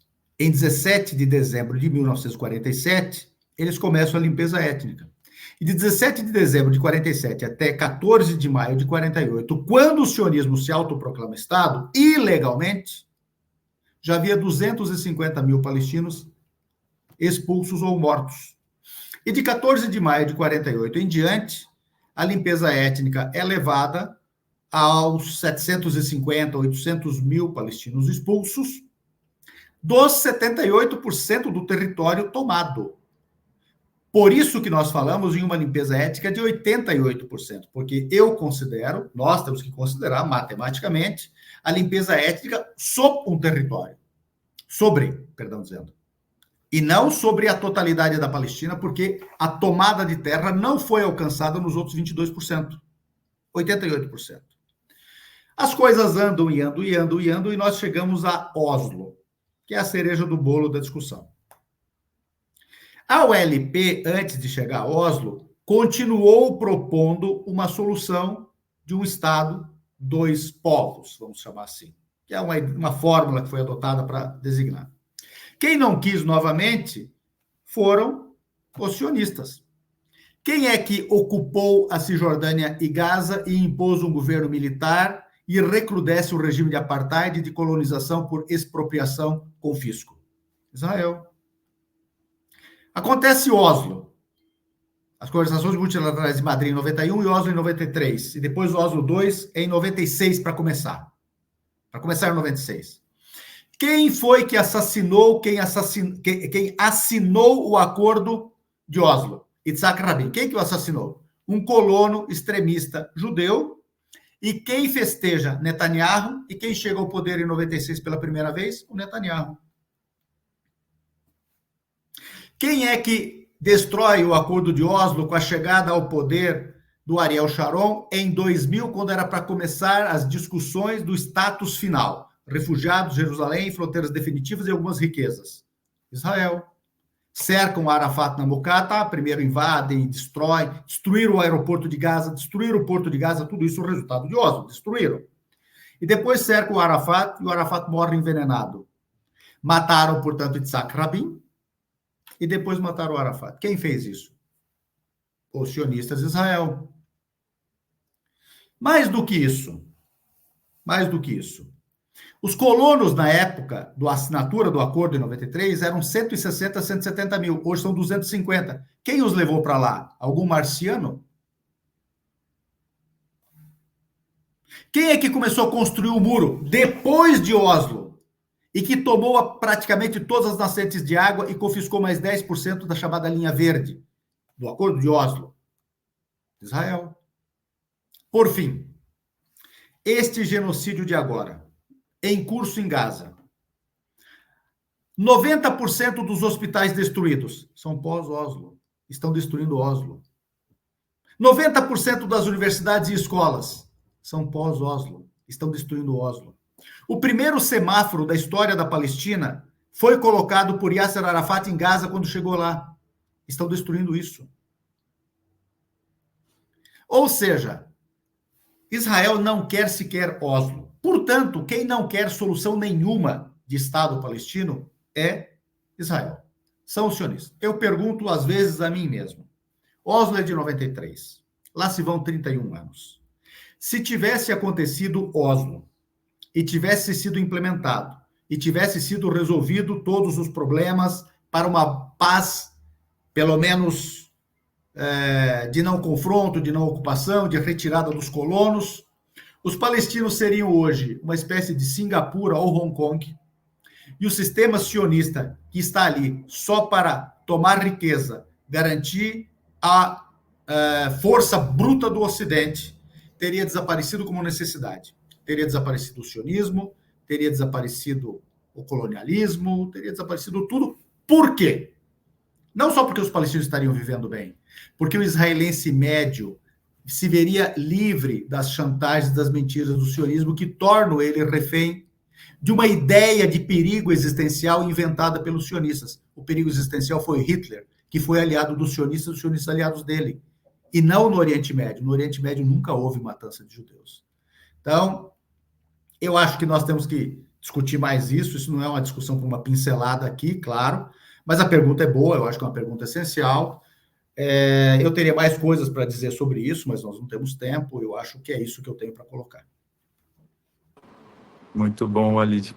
Posso falar, Lúcio? Vocês estão conseguindo me ouvir bem? Que tive uma instabilidade aqui de conexão? Tá ótimo. Tá ótimo. Tá bom. Agora com você. Obrigado, Lúcio. Lúcio falou, né? Thiago, aproveita... Não. Vai. Depois eu faço outra. Não, pode falar, irmão. Não, eu queria que você falasse um pouquinho sobre ações concretas para a gente apoiar a causa palestina, sabe? Ótimo, É, ótimo. é importante a gente ter isso no nosso radar, sabe? Sim, sim.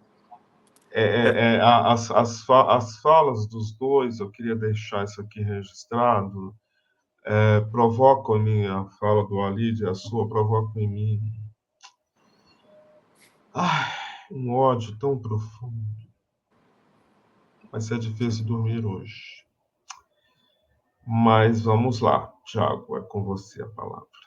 Lúcio, você sabe, meu irmão, que toda vez que a gente está falando de coisas muito duras, porém verdadeiras, então a única forma de você falar desse tema e não ser dura se você não for honesto intelectualmente, né? é, Me lembra muito de Gramsci. Gramsci falava sobre essa necessidade de fazer uma análise concreta das situações concretas, portanto, numa situação como hoje, uma análise é necessariamente pessimista. Mas não para por aí, porque os povos têm agência. E como os povos têm agência, a gente pode mudar essa situação histórica, né? Então, uma análise concreta, pessimista, nos leva à necessidade de uma ação otimista, para que a gente mude essa situação atual. Então, eu sempre tento trazer Gramsci nesse Essa sentido. frase do Gramsci me tira da depressão. Exatamente, Eu exatamente. acho ela fantástica. O nosso programa É, hoje ele é pessimista, eu diria, mas ele é necessário para que a gente possa ter ações otimistas. Exatamente. E, inclusive, o sentimento que você relata, Lúcio, do ódio, que inclusive, ao longo da história das revoluções, foi muito bem trabalhado, né? O ódio de classe, enfim, e toda a indignação, eu vejo também no conhecimento originário do nosso continente tratado de uma forma muito bonita. Os zapatistas, por exemplo, tratam de la digna rabia, a raiva digna que os povos têm pela situação de opressão, exploração, destruição da natureza que vivem. E isso, se canalizado da forma certa, esse ódio expressa, na verdade, o amor que a gente tem pela sociedade que a gente quer botar no futuro, né? E a partir do momento que a gente nos livre dessas estruturas de exploração, opressão e destruição do planeta. Portanto, falar das coisas terríveis da sociedade que a gente vive hoje, que o povo palestino nos deu novas lentes para enxergar de forma cada vez mais crua essa realidade como ela ela precisa ser acompanhada de outro presente, além das lentes que o povo palestino nos deu, do outro presente, que é o mapa do caminho, que é a partir de uma combinação de todas as formas de luta, de uma resistência que o Walid fala muito bem, que é inquebrável, porque a verdade é que está sendo decidido na Palestina histórica hoje o futuro da humanidade. E não só da humanidade, mas todos os seres com os quais a gente compartilha esse planeta. E para isso, gente, demanda de nós todos os esforços. E o povo palestino tem muita capacidade de trazer as pessoas aliadas para essa luta, né? Tanto é que está tendo um sucesso extraordinário em conquistar uma maioria social a partir da juventude nos vários países, dos movimentos de trabalhadores, de todos os setores sociais aqui que estão, de fato, fazendo levante, gente, escancarando as ditaduras do dito Ocidente, que é tratado como o ápice da civilização ocidental moderna, mas que são terríveis ditaduras. Quando a gente vê o que os Estados Unidos faz com estudantes que fazem acampamentos, quando a gente vê o que a Alemanha faz, interrompendo e ocupando militarmente congressos, simpósios que vão falar sobre a causa palestina. Quando a gente vê o nível de repressão na França, no Reino Unido, em todos os aspectos em que querem criminalizar bandeiras, gente. Bandeiras ou imagens de melancia. A gente vê que quando a gente analisa isso, a gente vê que o projeto que o Walid fala do experimento social genocida, sionista, ele tem capacidade de se alastrar para o mundo todo. Então, nós não estamos... o povo palestino não está sob si a responsabilidade de defender apenas a si próprio e com a sua capacidade de resistência, mas o povo palestino, com aliados no mundo inteiro, estão defendendo toda a humanidade em si. Ali está sendo decidido o futuro, inclusive, como você falou, Lúcio, da questão de um mundo multipolar. Eu acredito que o mundo multipolar começa muito mal se ele não conseguir deter um genocídio. Eu sei que a abertura de mercados no centro do sistema capitalista ela é importante e o quanto antes eles fecharem, menos imposição de vantagem, países que lideram esse processo de construção de um mundo multipolar vão ter, mas o povo palestino não pode ser uma carne de canhão para esse processo. Nós não podemos ter na consciência do mundo multipolar ter silenciado diante de um genocídio. Então, é muito importante que as estruturas que vão construindo esse mundo multipolar consigam impedir que isso aconteça de todas as suas formas, porque existe já força material para acelerar o processo de decadência da potência, da hiperpotência que o Ali cita do mundo unipolar, que infelizmente está ruindo. Mas assim como o sionismo não vai morrer de morte morrida, precisa morrer de morte matada. Então nós temos essa situação. E inclusive quando você cita na questão das origens, a origem tem o sionismo, que o Ali já caracterizou de onde ele vem, mas o imperialismo britânico e o imperialismo estadunidense, né? Porque o imperialismo britânico, a melhor forma de caracterizar o momento em que o sionismo encontra força material para se estruturar, que é naqueles anos de 1915, 1916, 1917, em que em 1915 o imperialismo britânico oferece para os mecanos aquela área para fazer uma revolta contra os otomanos, prometendo a construção de um grande Estado árabe. Em 1916 divide com a França, no Acordo de Sykes-Picot, aquela região toda da Ásia Ocidental, e depois, e também da África, né, porque também envolvia Egito, enfim. E em 1917 faz aquele memorando de Balfour, do Lord Balfour, para Barão de Rothschild, onde promete para os sionistas aquela área. E aí o sionismo começa a adquirir mais força material ligada à classe dirigente da época, a família mais rica da época, a família Rothschild. Então, é de fato um problema imperialista. E depois, quando se associa com a nova força hegemônica que vai surgindo pós-Segunda Guerra Mundial, que é os Estados Unidos, e confundindo o movimento revolucionário no mundo com essa ideia de que a classe operária de origem judaica, que é muito envolvida no movimento comunista internacional, teria possibilidade de produzir naquele experimento colonial um projeto de emancipação, leva a uma situação extremamente complexa, né? Mas a partir do momento em que chega, desde da crise do Suez e depois na Guerra dos Seis Dias, 1967, o movimento comunista internacional percebe que aquilo ali é meramente um experimento colonial que precisa ser repelido, né, que é a sua característica. Mas até traz uma questão que você falou, Lúcio, sobre a ONU. Porque a ONU, quando a FEPAL fez uma nota excelente no último período sobre a necessidade do mundo parar Israel, e parar materialmente. Não é parar simbolicamente, não é parar no nível de consciência do mundo, no nível moral do mundo. É, de fato, impedir o genocídio. Porque em 1956... quando Israel foi executar mais uma etapa do seu projeto de expansão de Grande Israel, que envolve do Rio Jordão, do Rio Nilo até o Rio Eufrates. Rio Nilo está no Egito, gente. Rio Eufrates está pegando, esse caminho todo pega a Palestina histórica, pega pedaços do Líbano, da Jordânia, da Síria, do Iraque, né? A gente está falando, de fato, de um projeto expansionista terrível. E que, quando Israel foi executar mais uma etapa desse projeto e enfrentar o processo do pan-arabismo de Gamal Abdel Nasser, em 1956, que começa invadindo a Península do Sinai, tentando tomar o Canal de Suez, a ONU cumpriu um papel, porque era um processo que Israel articulava com o Reino Unido e França, que eram potências decadentes pós-Segunda Guerra, e que esqueceu de combinar com os russos e com os estadunidenses. E isso levou a um problema que, pela última vez, Estados Unidos levantou a voz contra o sionismo, a gente pode dizer assim, porque foi criada uma força de emergência e uma missão de paz internacional que, inclusive, envolvia tropas brasileiras, inclusive Carlos Lamarca, muito orgulhosamente fez parte dessa missão, que ocupou o Canal de Suez, esteve até em Gaza e garantiu que Israel seria repelido daquele lugar. E era isso que a ONU deveria estar fazendo nesse momento. Deveria ter tropas da ONU para garantir a paz, uma grande missão mundial de paz. E enquanto isso não há, existe um processo de uma contradição de que os países que, com seus erros e acertos, com suas contradições, vão se colocando para tentar impedir materialmente o genocídio, são tratados como os países terroristas, eixo do mal e tudo mais. Então, no fim das contas, a gente precisa, de fato, impedir materialmente. E a missão de paz da ONU de 56 era o grande exemplo. E, infelizmente, a gente não tem essa força material para fazer agora, mas envolve todas as formas de luta, desde boicotes, desinvestimentos, sanções e todas as formas combinadas para deixa eu te deter. interromper só um pouquinho antes de eu passar a palavra para o Walid. Eu queria que, Isso. no meio dessa sua fala, eu estava querendo falar que você comentasse também a importância da ação do presidente Lula de retirar o embaixador de Israel, se é uma dessas ações que você está falando, de contenção, se tem importância a retirada do embaixador e também a fala dele, que causou aquele cataclisma mundial, onde acho que é o primeiro presidente, não sei se é o primeiro, a reconhecer que aquilo era, de fato, um genocídio, né, quando ele estava no Egito. Eu queria que você falasse no meio dessa... Aí a gente vai para os finalmente, mas eu quero encerrar Sim. com o Ali. Lúcio, é muito importante porque tem total relação. As ações do governo brasileiro em solidariedade à Palestina, é importante dizer que o governo brasileiro é historicamente solidário à causa palestina, principalmente no ciclo petista. Lula reconheceu o Estado palestino, Lula construiu a Embaixada da Palestina em Brasília, que é algo de grandes proporções, E, além disso, é um apoiador histórico, desde das relações, inclusive, com Yasser Arafat e tudo mais. Então, isso deve ser dito. Além disso, eu sempre trato, as pessoas me perguntam isso todo dia aqui no Irã, me perguntavam no Egito, perguntavam na Turquia, me perguntam no Brasil, sobre o que eu acredito que é o papel do governo brasileiro. Eu coloco a situação do governo brasileiro numa situação semelhante a diversos outros países, de que é tarefa dos povos, e não de um governante específico, buscar e construir sua emancipação. Os povos precisam, portanto, aumentar sua capacidade de força social e mobilização e disposição para a luta, para pressionar os seus estados nacionais.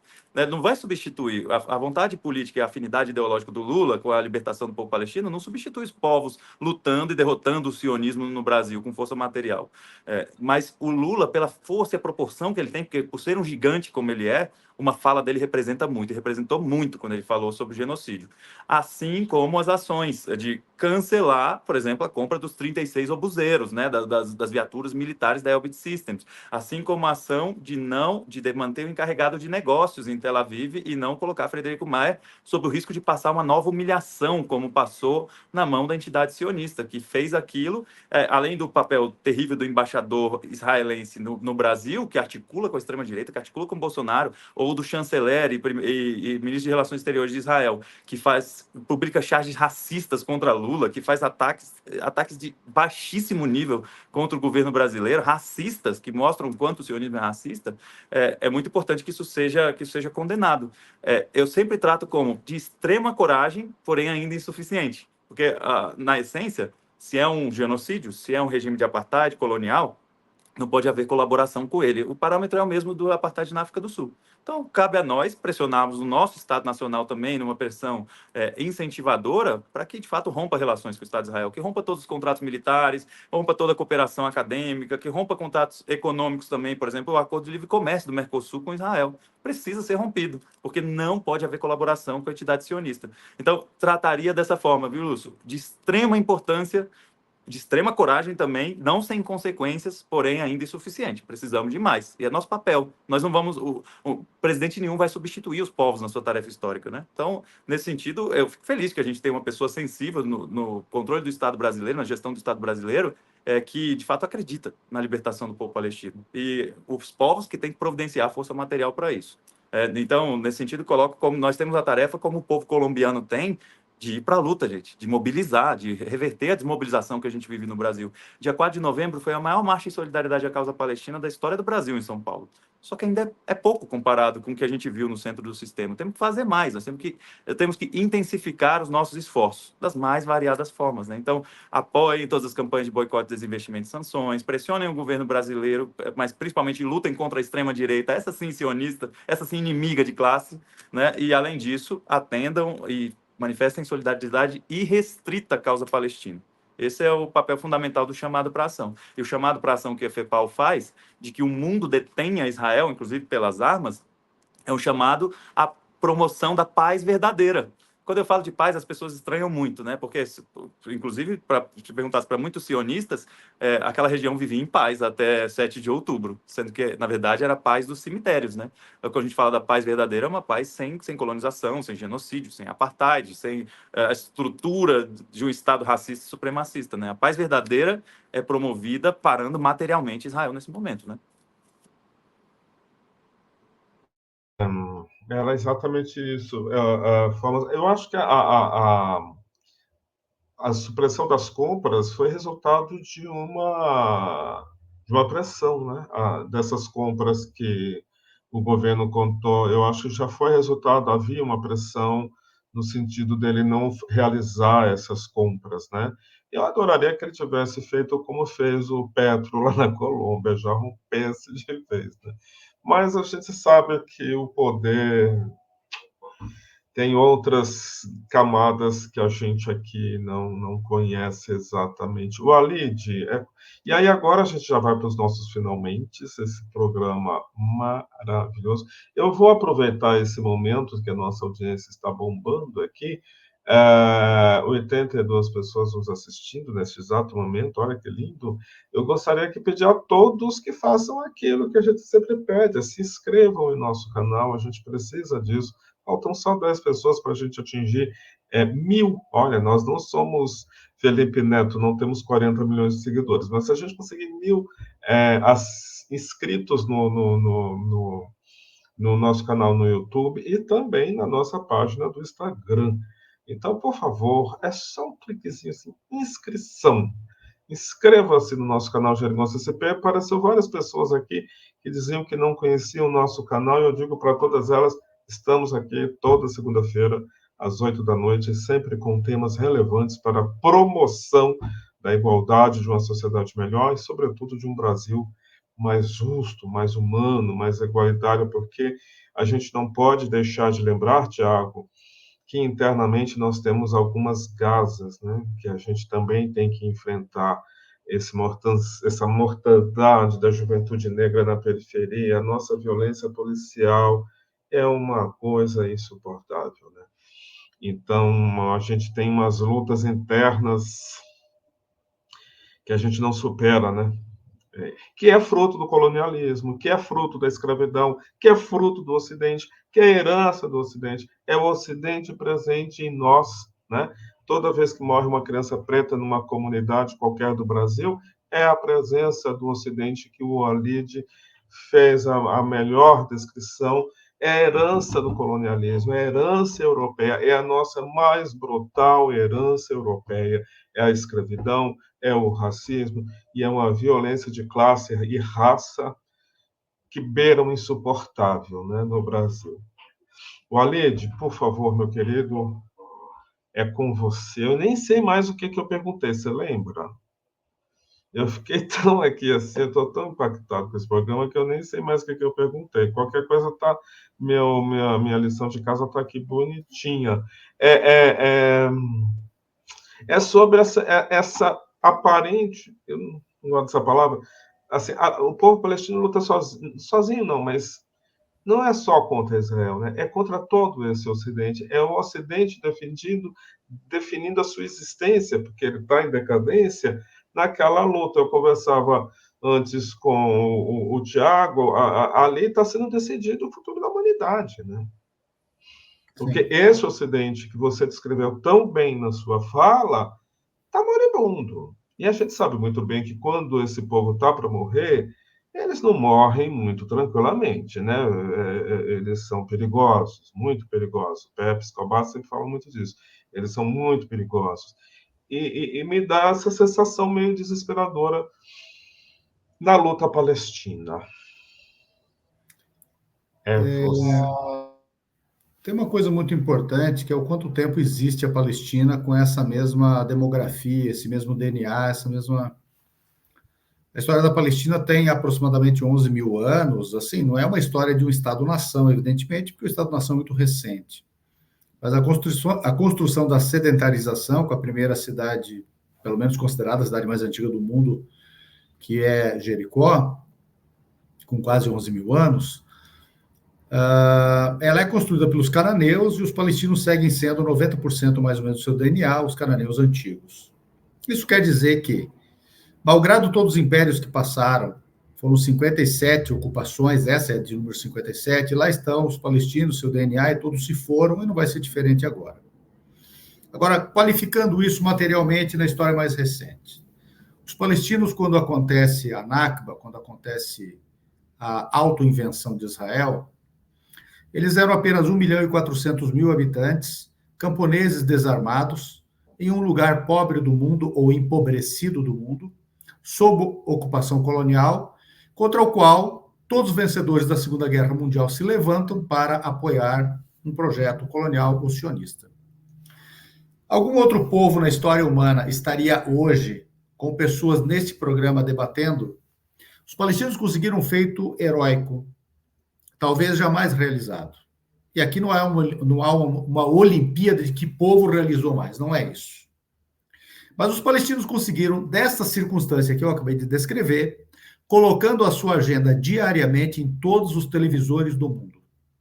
Isso é um feito uma façanha muito importante.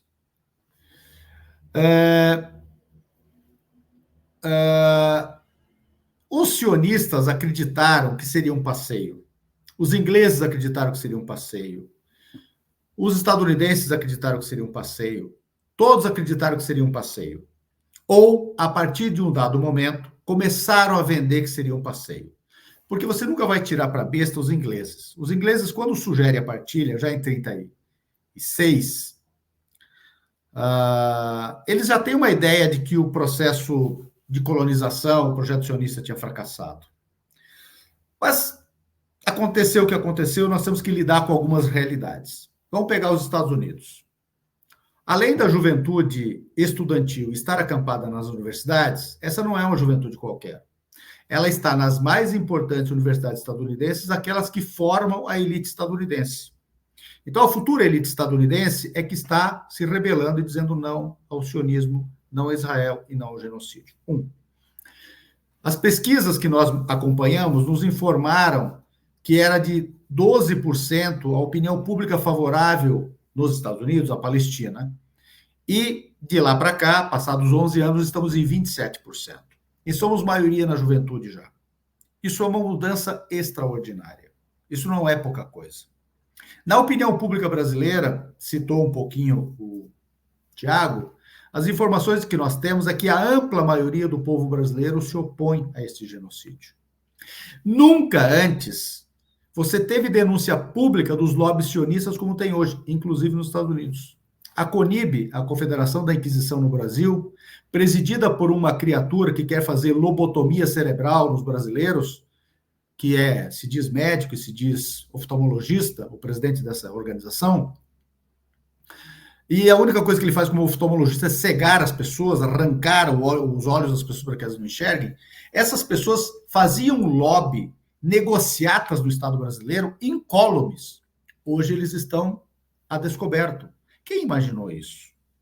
Quem imaginou que esta gente responderia por genocídio na Corte Internacional de Justiça? Veja, Lúcio e Tiago, é a primeira vez que alguma coisa ocidental responde por genocídio.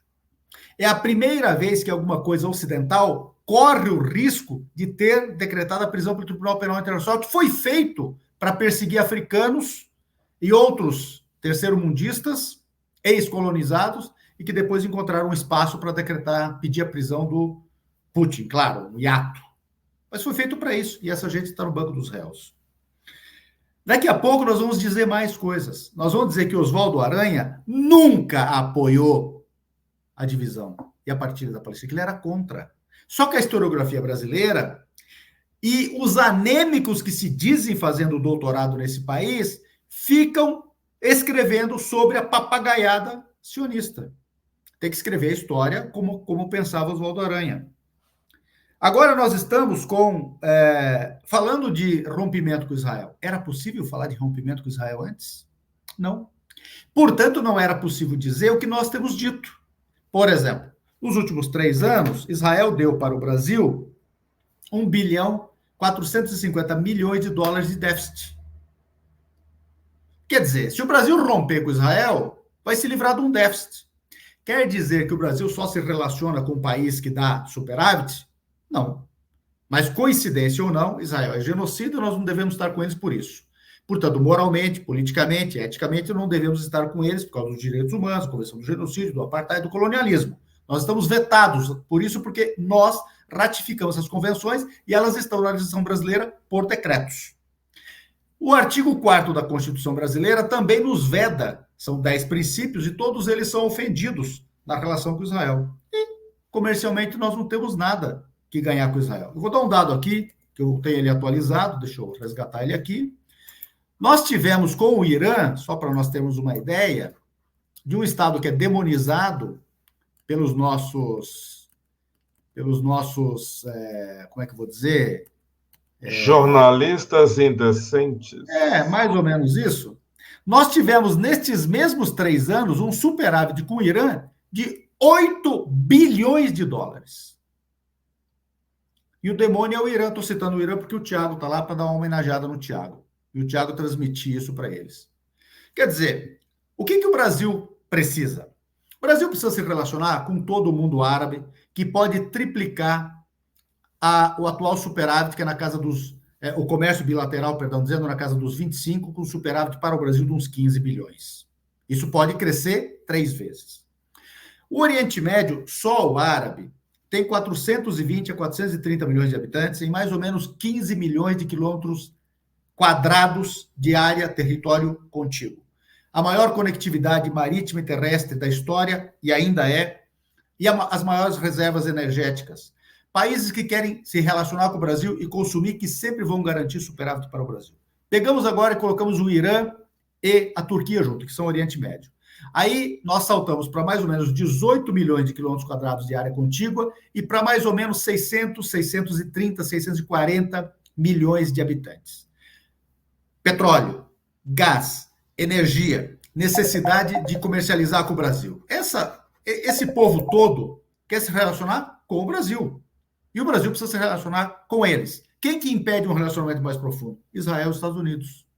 Israel e os Estados Unidos quiseram impedir que o Brasil realizasse, no início do governo Lula, e depois em outras 4 ocasiões, a cúpula América do Sul, países árabes, em razão da qual o comércio com esses países aumentou de lá para cá em dólar 4 vezes. Então, eu acho também que nós que estamos nessa toada de defender a Palestina, precisamos defender o Brasil.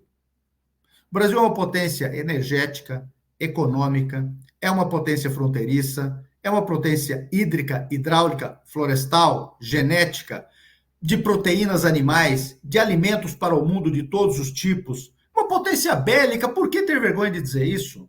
Uma potência populacional, uma potência territorial. Ora, uma potência nuclear. Nós somos uma potência nuclear. Então, nós temos que defender o Brasil. Defendido bem o Brasil, a gente afeta negativamente o sionismo e o imperialismo. E o último dado que eu gostaria de passar. Os Estados Unidos, que as pessoas insistem em defender, esses lacaios aí que a gente conhece, nos deu um prejuízo, deixa eu ver se ele está aqui.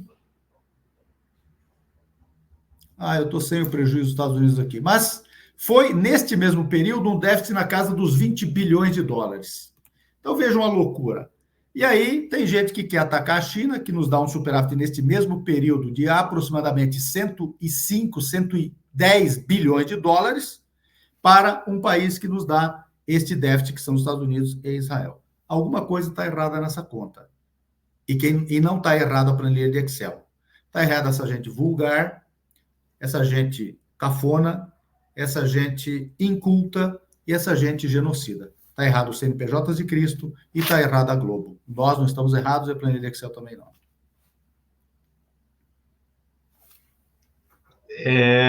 Parabéns, é isso mesmo. Mas, Walid, a gente tem um problema interno. Eu concordo em gênero e número e grau no que você disse a respeito ao Brasil, mas nós temos uma classe dominante interna e uma classe média branca urbana absolutamente vassala do Império. O governo Lula luta contra isso o tempo inteiro naquele Congresso que a gente sabe muito bem o que é. Então, a nossa luta interna também ela é bastante delicada e complicada porque as forças internas vassalas, medíocres, submissas em todos os sentidos, não só econômicos, políticos, culturais. Esse povo ama Miami, essa gente cafona que você citou muito bem. Então, a nossa luta aqui dos trabalhadores brasileiros é bem pesada também. Eu gostaria que vocês fizessem as considerações finais. Vamos começar pelo Tiago. E eu já vou adiantando que esse programa é simplesmente maravilhoso. Eu vou passar a semana inteira fazendo 10 mil cortes deles. Tiago, por favor, suas considerações finais, meu querido. Lúcio, muito obrigado, meu irmão, toda a equipe da Geringonça. Antes de você falar, eu só queria dizer o seguinte. Eu tinha dito que era um programa pessimista, e a fala do Walid acabou deixando o programa arqui-otimista, né? Análises pessimistas, ações otimistas. Tiago, é com você a palavra. É isso aí, meu irmão. Eu tenho dito aqui no Irã, que o Irã é outro país, como todo país que não aceita a colonização e com todos os seus erros e acertos, uma coisa que é inegável é que o Irã é um país soberano, né? E estar aqui aumentou muito mais essa compreensão que eu tenho desse povo aqui, que é uma vítima do mais feroz colonialismo e imperialismo, né? Também, né, nessa região, e o papel que ele cumpre. O que eu tenho dito aqui, e eu tenho falado isso, na verdade, desde outubro do ano passado, quando se intensificou o genocídio, né? Escalou o genocídio. Todas as gerações vão falar desse momento histórico, tanto pelo desastre ambiental planetário, quanto por mais uma grande crise capitalista, como pelas mudanças geopolíticas e transição de um mundo unipolar para o mundo multipolar. Todas as gerações, sem exceção, vão falar desse momento. É muito importante que a gente possa dizer, nesse momento, que nós demos tudo de nós, gente. Não tem esforço mais importante para nós que acreditamos numa sociedade livre da exploração, livre de todas as opressões, livre da destruição da natureza. Não tem esforço mais importante do que a gente estar na batalha mais decisiva do nosso tempo. E os povos do mundo têm um papel muito importante a cumprir na batalha mais decisiva do nosso tempo. É só a gente ver o papel que uma juventude universitária cumpriu num processo de levante da juventude. Mas não só isso. Qualquer pessoa em qualquer categoria. O momento é agora e o lugar para fazer isso é onde quer que você esteja, gente. Porque trabalhadores estivadores na Irlanda se recusam a carregar barcos que tenham destino a Israel. Trabalhadores aeroportuários em Bruxelas se recusam a carregar aviões que queiram levar armas para Israel. Porque trabalhadores diversos fecham vias, acampam e criam barricadas e sabotam tecnicamente fábricas da Elbit Systems ou fábricas da Raytheon, da Boeing, da Lockheed Martin nos Estados Unidos, que se penduram nas escadas de barcos militares dos Estados Unidos que vão para Israel, como a juventude de São Francisco, da área da Bahia, daquela região da Califórnia, faz. Povos do mundo inteiro estão se juntando nas suas mais variadas táticas para acabar com o mais cruel, mais perigoso, mais destrutivo império que a humanidade já inventou, que é o imperialismo dirigido pela classe dominante estadunidense, e pessoas do mundo inteiro estão se unindo para destruir a ideologia racista e supremacista mais cruel da nossa geração e que, infelizmente, já vem de muitas gerações, que é o sionismo. Então, não tem batalha mais importante, como o Walid falou, para nós que acreditamos num Brasil emancipado, com justiça social, com bem viver entre todos os povos da cidade, do campo e da floresta do nosso país. Não tem esforço mais importante do que a gente lutar contra o imperialismo, gente. Todas as nossas batalhas são terrivelmente afetadas por uma vitória do imperialismo nessa região. Então, é estratégico para todas as nossas lutas que os nossos esforços estejam girados, não no sentido de substituir as nossas lutas, mas entender a solidariedade e os paralelos que elas têm entre si. Como o Lúcio falou, poucas coisas são tão parecidas com o checkpoint sionista quanto o que eram as UPPs nas favelas.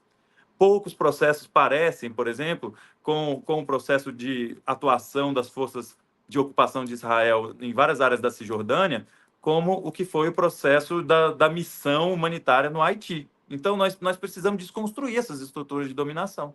E isso passa por a gente repensar o nosso papel na nossa luta, abraçar todas as formas de luta contra a exploração, as opressões e a destruição da natureza numa estratégia local, porém internacionalista. O mundo precisa, como nunca, de militantes internacionalistas. E o povo palestino, felizmente, nos deu as lentes, nos deu o mapa para conquistar essa libertação. Isso nós vamos ter que honrar o povo palestino para sempre na história. Só que não para por aí. Tem muita luta para a gente fazer no Brasil, tem muita luta para a gente fazer em tudo quanto é lugar. Iniciativas como essa de romper o bloqueio midiático, romper o boicote das mídias sociais, como a Geringonça se propõe, como a FEPAL, que adquiriu uma proporção cada vez maior e ainda é pouco para a proporção e a vocação de grandeza que a FEPAL tem, né? Eu sei que vai crescer muito. Nas redes sociais, já tem feito um papel de contraponto direto. Eu me coloco a serviço disso, Breno e tantas outras pessoas incríveis se colocam a serviço disso, gente. Como soldados dessa batalha. Eu sei que as pessoas tratam como se essas coisas tivessem muito glamour, tem nada. É muita tarefa, é muita renúncia, muito risco e muita dedicação. Porque as pessoas estão fazendo isso por entender essa vocação. O momento histórico demanda de nós, recebemos um mandato histórico de cumprir essa missão e a gente precisa fazer isso coletivamente, liderados nesse momento pelo povo palestino. Então, fico muito feliz. Para mim foi uma honra estar aqui, Lúcio. Eu gostei muito de estar com vocês no Geringonça pela primeira vez. Contem comigo sempre que puderem, quiserem. Gente, sigam a plataforma, se inscrevam no canal, sigam nas redes sociais também. Isso faz muita diferença. A gente está lutando contra Big Techs e contra o bloqueio midiático terrível. E é sempre um prazer estar com o Walid. O Walid é uma das pessoas mais preparadas que eu conheço no mundo inteiro para falar sobre a causa palestina. É sempre uma aula de história, é sempre uma aula de coerência, de coragem e honestidade intelectual para debater esse ponto de vista. Então, estou sempre feliz de estar aprendendo com você, meu irmão. Conte comigo sempre e estamos juntos, gente. Vamos embora transformar esse mundo. Tiago, como todo internacionalista, meio exageradão, né? Mas vamos lá. Obrigado, Tiago, pela solidariedade. Obrigado também ao canal Geringonça. Eu acho que, primeiro de tudo, eu preciso agradecer muito, porque sem esse movimento das pessoas, organizadas ou não organizadas, a Palestina provavelmente estaria enfrentando uma dificuldade muito grande nesse genocídio. Mesmo ele sendo o primeiro televisionado, portanto, sendo o primeiro que desafia as consciências humanas uma a uma, desde o cidadão mais comum a pessoas como o presidente Lula, que já era sensível antes, e o presidente Lula tocou num assunto muito grave para os sionistas, e não foi pouco grave o que ele fez, e pouco importante, portanto. Ele retirou dos sionistas a grande licença para matar que eles têm. Eles têm duas. Uma eles sempre tiveram, desde antes dos crimes nazistas, que é matar em nome de Deus, e de um Deus étnico, Jeová, que eles usaram, e que é esse que os CNPJs de Cristo utilizam a partir do Velho Testamento, nesses púlpitos negociais que eles têm por aí, que defendem Israel. Mas Lula mexeu na licença para matar, que sacralizou o direito de Israel fazer o que quer, que são os eventos nazistas. Só para nós termos uma ideia, Lúcio, Tiago também, todos os demais e todas as demais, na Segunda Guerra Mundial, eu peguei o número exato, morreram em 6 anos 2.800 crianças por milhão de habitantes. Agora, em Gaza, em 240 dias, são 8.700 por milhão. Israel já mata 3 vezes mais crianças do que os nazistas mataram em 6 anos. Se essa matança prosseguisse pelos mesmos 6 anos da Segunda Guerra Mundial, nós teríamos 65 mil crianças palestinas por milhão de habitantes. Mais de 30 vezes mais. 33, 34 vezes mais do que os nazistas mataram. A destruição na Segunda Guerra Mundial, nenhuma cidade chegou aos 60%. Teve uma só, Hamburgo, que ficou na casa dos 80%, durante os 6 anos da Segunda Guerra Mundial. Segundo a Universidade Estadunidense do Oregon, para janeiro deste ano, a destruição de Gaza era de 75%. Eles destroem mais também. Escolheram um programa de inteligência artificial para matar, inclusive com informações do WhatsApp. Portanto, essa é a primeira guerra de genocídio e de extermínio televisionada e a primeira que utiliza inteligência artificial. Portanto, é um campo de testes, um campo de experimentos para genocídio em qualquer canto do mundo. Também é importante chamar a atenção que os números da Nakba, que são de 69% de destruição, considerando 531 localidades destruídas, das 774 invadidas, foi superado, isso foi em 4 anos, foi superado em aproximadamente 110, 115 dias de destruição, que é de 75%. A Nakba, que é a maior limpeza étnica da história, exterminou, por expulsão ou por morte, 88% dos palestinos da parte tomada para se tornar Israel. Agora, considerando deslocados e mortos, nós temos 91,5% em 230 dias, 240. Os mortos naquele momento foram 15 mil.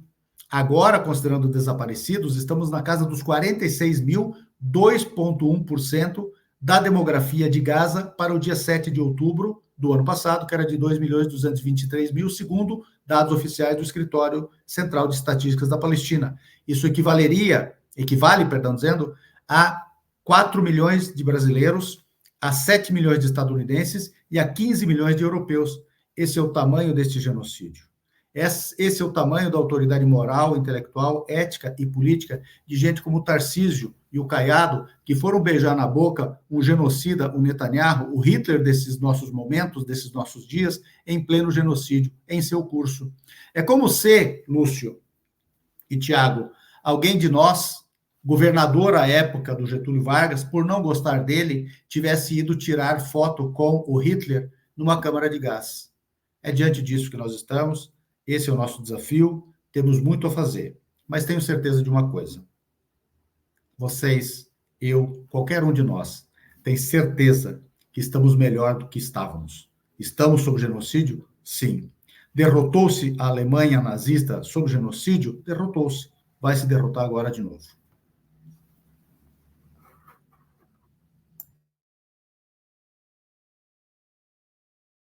Deixa eu ligar meu som aqui. Olha, o Alide e Thiago. Eu entrei nesse programa com medo. No meio do programa, eu tinha certeza que meu ódio iria me matar. E ao fim do programa, vocês conseguiram brotar em mim uma coisa muito difícil: ter esperança. O bem, não, o mal não vai vencer, com certeza. E o Aledia falou uma coisa muito bacana: o povo palestino resiste há 11 mil anos. Vários impérios passaram por ali e o povo palestino está aí. E será mais um. É terrível quando você vê a imagem de crianças mortas, quando você vê a imagem de mães e pais desesperados. Eu chegou uma hora que eu falei, não posso mais ver isso, porque eu vou ficar doente.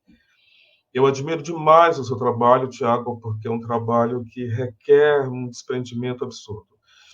E eu fico feliz com a volta do internacionalismo, que era aquela coisa tão linda dos anos 60, ali com Fidel Castro, Che Guevara, né? Que nos inspirou tanto aquele povo, né? Que sempre foi a favor da Palestina. Devemos fazer esse registro aqui, né? Dos saudosos Fidel Castro e Che Guevara. Então, eu muito obrigado a vocês, meu mais profundo agradecimento, e a vitória é sempre, como diria Che. E a semana que vem a gente está de volta, sempre às 20 horas. Muitas pessoas perguntaram que não conheciam o nosso canal. Fortaleça o nosso canal, é uma mídia alternativa, é um canal pequeno, mas muito aguerrido, muito resistente aqui na produção de conteúdos da melhor qualidade, são os mais variados. Semana que vem a gente está preparando um bem bacana sobre a reforma do ensino médio, e para aí, daqui a 15 dias, nós vamos falar sobre a efervescência do teatro negro nesse início do século XXI.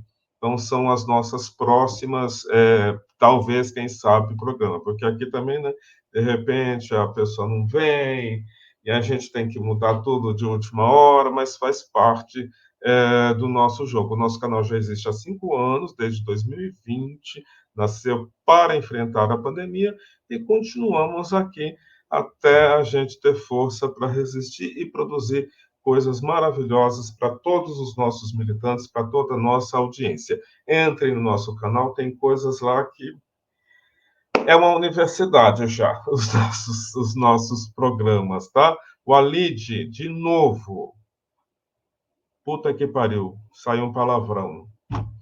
Você é foda. Eu já te conhecia, na verdade, né? Estou tendo o prazer de estar te entrevistando. Já te vi em vários canais aí, o Thiago também. É estranho você conversar com pessoas conhecidas, né? Eu conheço você, mas você não sabe que eu existo. É muito estranho. Os dois eu já conhecia muito, a Lídia e o Thiago.